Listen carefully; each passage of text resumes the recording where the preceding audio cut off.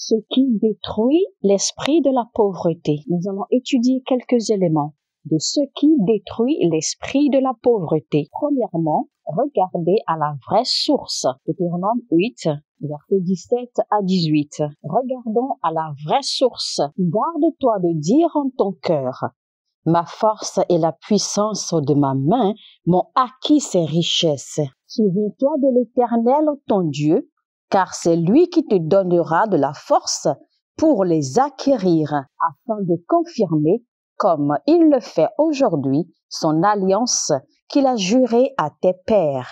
La vraie source de finances, de la prospérité et de la richesse, c'est Dieu. Si vous voulez être libre de l'esprit de la pauvreté, regardez à la vraie source de la prospérité. Et la vraie source, c'est Dieu. Donc, Dieu est la vraie source de la fortune.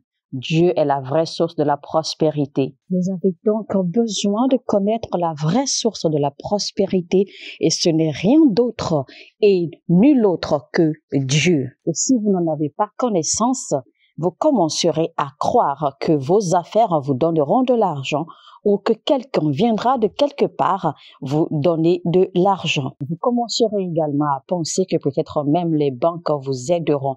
Mais non, cela ne se passe pas ainsi. Vous devez regarder seul à Dieu, car c'est lui seul qui est et qui demeure la source de la prospérité. Deuxième élément, c'est la délivrance. Nous sommes en train de parler de l'esprit de la pauvreté ici.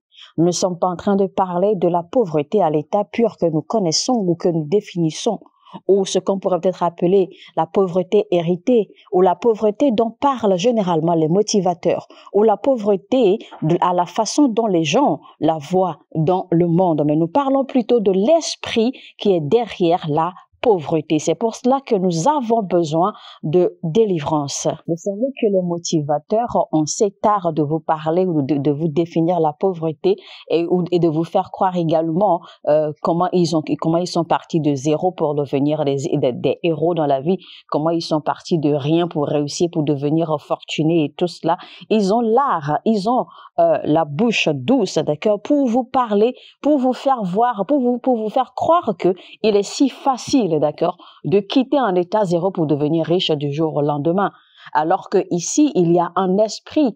La vraie pauvreté, c'est un esprit. C'est un esprit et cet esprit, il faut en être délivré. Alors, parlons de l'esprit de la pauvreté. Peu importe les nombreux cours ou les nombreux séminaires que vous allez suivre sur la richesse et la pauvreté, peu importe le nombre de motivateurs que vous aurez suivis, que vous aurez écoutés, peu importe votre travail dur, vos labeurs, parce que l'esprit de la pauvreté ne regarde pas votre travail, l'esprit de la pauvreté ne regarde pas votre connaissance en matière de richesse ou de pauvreté selon ce que vous avez suivi avec les motivateurs. Non. Parce que vous allez voir des gens qui travaillent si dur et pourtant ils sont toujours pauvres.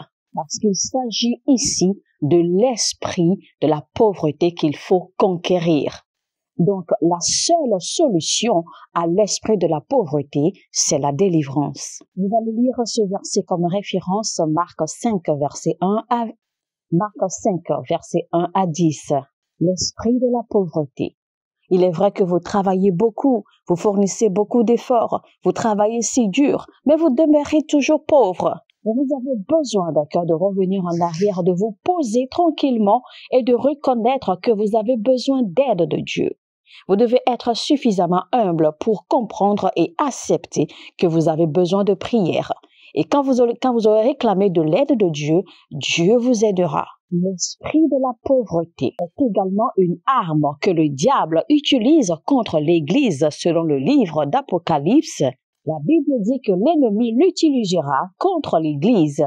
Il y a 4 armes essentielles que l'ennemi utilisera contre l'Église selon le livre de Apocalypse dans les derniers jours. L'emprisonnement, la pauvreté, les accusations, ce sont là les armes. Et la 4e arme, c'est la mort. Les 4 armes que l'ennemi utilisera contre l'Église. Premièrement, l'ennemi affligera les saints. L'ennemi les affligeront de la maladie et ensuite de la mort. Et la Bible a bien dit, ceux qui auront le dessus. ceux qui vaincront. Et il faut savoir que nous faisons partie de ceux-là qui vaincront. Nous ne faisons pas partie de ceux-là qui seront défaits, ceux-là qui seront affligés par la maladie, par la mort, par les accusations, par la pauvreté, etc.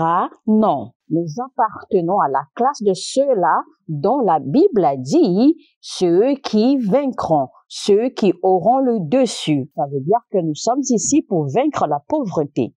Nous sommes ici pour vaincre la maladie. Nous sommes ici pour vaincre toute puissance d'accusation. Troisième élément, c'est donner aux pauvres. Proverbe 19, verset 17, qui dit « Celui qui a pitié du pauvre prête à l'Éternel, il lui rendra selon son œuvre. » Vous savez, le jour où j'ai réalisé, le jour où j'ai compris ce secret, ma vie n'a plus jamais été la même. La Bible dit quand vous donnez aux pauvres, Dieu vous récompensera de vos œuvres. La Bible dit quand vous donnez, c'est que vous prêtez. Et donc Dieu vous récompensera en retour. Et vous savez, quiconque donne ne peut jamais être pauvre.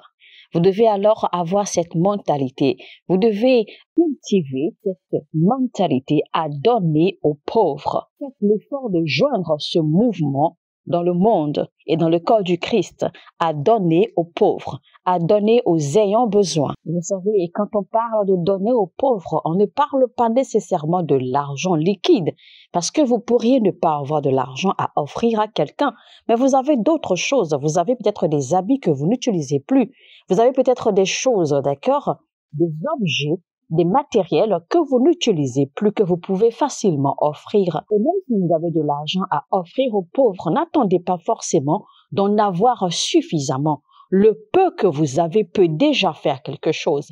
Commencez déjà avec le peu en donnant aux pauvres. Donner aux pauvres chasse l'esprit de la pauvreté. L'esprit de la pauvreté, en réalité, est très avare, très gourmand, très égocentrique. Également, votre habileté à faire, à donner vos dîmes, chasse, renvoie loin l'esprit de la pauvreté. Nous allons lire rapidement Malachie 3 du verset 8 au verset 10.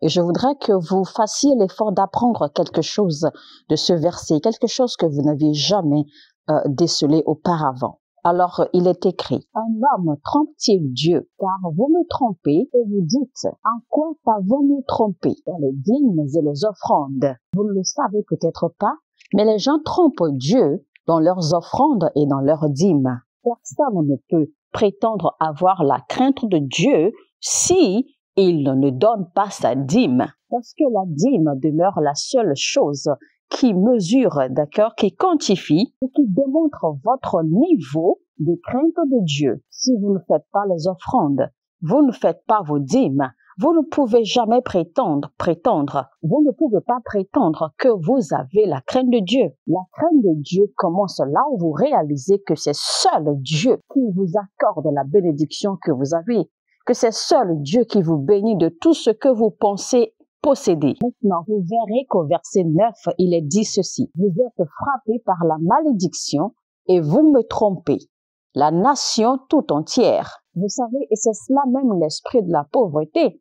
L'esprit de la pauvreté vous fait tout pour vous maintenir sous cette malédiction. Parce que la Bible dit que si vous ne donnez pas vos dîmes, si vous ne donnez pas vos offrandes, vous êtes frappés de malédiction. Ça, c'est bien écrit dans la Bible. Ce n'est pas moi qui le dis, mais c'est plutôt Dieu qui le dit dans sa parole à lui. Il a dit que vous serez frappés de malédiction. Vous demeurerez sous une malédiction si vous ne donnez pas vos dîmes, si vous ne faites pas vos offrandes. En fait, dans cette expression, la Bible ne se demande pas si vous avez de la Bible ne se demande pas si vous avez de la provision ou pas, parce que Dieu sait que peu importe la situation, vous aurez forcément quelque chose, même si c'est peu. Maintenant, écoutons ce qui est écrit dans le verset 10.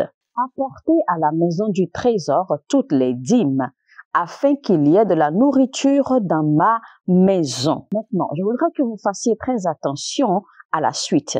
Il dit, mettez-moi de la sorte à l'épreuve, dit l'Éternel des armées, et vous verrez si je n'ouvrirai pas pour vous les écluses des cieux, si je ne répands pas sur vous la bénédiction en abondance. Alors, si vous avez bien lu, la Bible n'a pas dit que si vous donnez vos dîmes, vous deviendrez riche. La Bible n'a pas dit cela, mais Dieu dit, si vous donnez vos dîmes, je vous donnerai des bénédictions. Dieu vous donnera de la bénédiction. Et c'est cette bénédiction qui vous rendra riche par la suite. Dieu ne donne pas de l'argent frais. Vous savez, j'ai l'habitude d'entendre les gens dire, je donne toujours ma dîme, je fais toujours mes offrandes, je fais l'aumône aux pauvres, je fais ceci, je fais cela, mais je suis toujours pauvre. Pourquoi? Je ne comprends pas. Je vais vous dire pourquoi. C'est parce qu'en fait, vous n'avez pas encore compris. Vous n'avez pas encore réalisé le vrai sens, le vrai fondement de ce verset. La Bible dit en fait, si vous donnez vos offrandes, vos dîmes, vous donnez aux pauvres, vous faites tout ce qu'il faut, Dieu vous donnera une bénédiction. Et à travers cette bénédiction, vous deviendrez riche. Alors, vous devez comprendre que cette bénédiction dont parle la Bible peut être une idée d'affaires, une idée de création d'entreprise, une idée particulière de création de société, une idée particulière de création de richesse. Dieu ne donne pas l'argent. Dieu dit qu'il donne une bénédiction. C'est à vous maintenant de travailler cette bénédiction pour la fructifier, pour la multiplier, pour en devenir riche. Cette bénédiction peut être votre onction. Cette bénédiction peut être une idée, un projet. Souvenez-vous qu'il est écrit dans Deutéronome 8:18 que c'est Dieu qui vous donne la force d'acquérir des richesses. Donc, il ne vous donne pas la richesse, mais il vous donne la force de l'acquérir. C'est cette force qui produira la richesse pour vous. Et si vous ne faites pas attention à cette force que Dieu vous a donnée pour créer la richesse dont vous avez besoin, vous allez naturellement demeurer pauvre. Si vous ne faites pas attention ou si vous ne prêtez pas attention à une bénédiction que Dieu vous a donnée pour que vous puissiez vous enrichir à travers, vous allez naturellement demeurer pauvre. Vous allez continuer à faire les dîmes, mais vous allez demeurer pauvre et vous ne comprendrez même pas pourquoi. Et c'est parce que vous n'avez pas encore réalisé, vous n'avez pas encore compris et que vous n'avez pas encore fait attention, d'accord, à cette bénédiction, à cette force que Dieu vous a déjà donnée pour pouvoir produire la richesse, la fortune dont vous avez besoin. Donc, les gens qui ne font pas leur dîme n'ont pas la force ou ne reçoivent pas la bénédiction qu'il faut pour produire la richesse qu'il faut.